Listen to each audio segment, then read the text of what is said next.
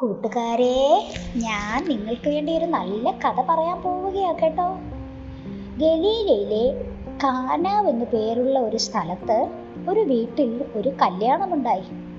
ആ കല്യാണത്തിന് യേശു അപ്പച്ചനെയും തൻ്റെ ശിഷ്യന്മാരെയും യേശുവിൻ്റെ അമ്മയായ മറിയയും ക്ഷണിച്ചിട്ടുണ്ടായിരുന്നു.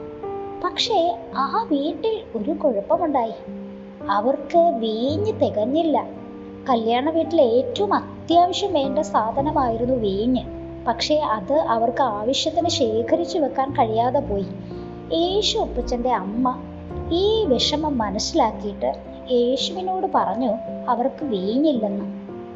അപ്പോൾ യേശു അപ്പച്ചൻ അമ്മയോട് പറഞ്ഞു, എൻ്റെ നാഴിക ഇതുവരെയും ആയിട്ടില്ല എന്ന്.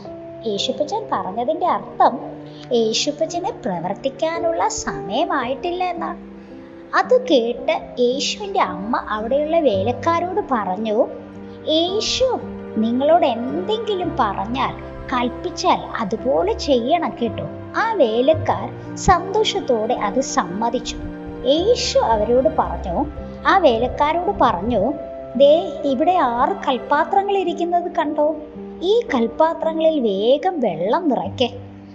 അത് കേട്ട ആ വേലക്കാർ ഉത്സാഹത്തോടെ വക്കോളം ആ 6 കൽപ്പാത്രങ്ങളിലും വെള്ളം കോരി കോരി നിറച്ചു കഴിഞ്ഞപ്പോൾ യേശുപ്പച്ചൻ അവരോട് പറഞ്ഞു, ഈ വെള്ളം കൊണ്ടുപോയി വിരുന്നുവാഴിക്ക് കൊടുക്കൂ എന്ന് പറഞ്ഞു.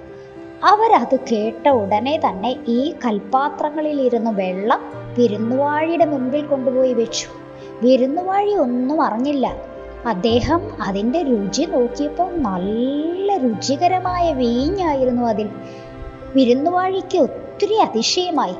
അദ്ദേഹം ആ വീട്ടിലെ മണവാളനെ വിളിച്ചിട്ട് പറഞ്ഞു, ഇതെന്താ, എല്ലാ വീടുകളിലും ആദ്യം നല്ല വീഞ്ഞാണല്ലോ കൊടുക്കാറ്, നീ മാത്രം എന്താ ഈ നല്ല വീഞ്ഞ് ഇതുവരെയും സൂക്ഷിച്ചു വെച്ചത് എന്ന് പറഞ്ഞ് സന്തോഷത്തോടെ വിരുന്നുവാഴി ആ വീഞ്ഞ് ആ വിവാഹ വീട്ടിൽ വന്ന എല്ലാവർക്കും മതിയാവോളം വിളമ്പി. അങ്ങനെ യേശു അപ്പച്ചൻ ആ വീട്ടിലെ വലിയ വിഷമത്തിൽ നിന്നും അവരെ അത്ഭുതകരമായിട്ട് വിടുവിച്ചു. ഇങ്ങനെ യേശു അപ്പച്ചൻ തൻ്റെ അത്ഭുതങ്ങളുടെ ആരംഭമായിട്ട് ഈ വലിയ അത്ഭുതം ചെയ്ത് ദൈവത്തെ മഹത്വപ്പെടുത്താനിടയായി.